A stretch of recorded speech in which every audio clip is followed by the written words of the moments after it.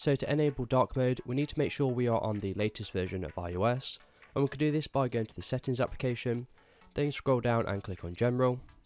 Then you want to go ahead and click on software update and make sure you are on iOS 13 or later. So in order to enable the dark mode, the first thing we need to do is go to our settings application. Then you want to scroll all the way down to where it says display and brightness, just under general. Once here, you can manually select whether you want dark mode or light mode from these settings. Now you can set it to automatic by click on automatic, then click on options, and then you have a few options here. So you can either select custom schedule and set one up for yourself, or you can go ahead and click on sunrise to sunset, which may be more suitable. So a quicker way of activating dark mode manually will be to go to the control center, then you want haptic touch or 3D touch on the brightness, and then you see that a dark mode icon will appear in the bottom left hand corner. Just go ahead and click on that, and that will activate dark mode or light mode manually on your iPhone. So if this video is helpful, please leave a like and pass it on to someone who may find it helpful as well. If you have any comments, leave them below and I'll reply to you as soon as possible.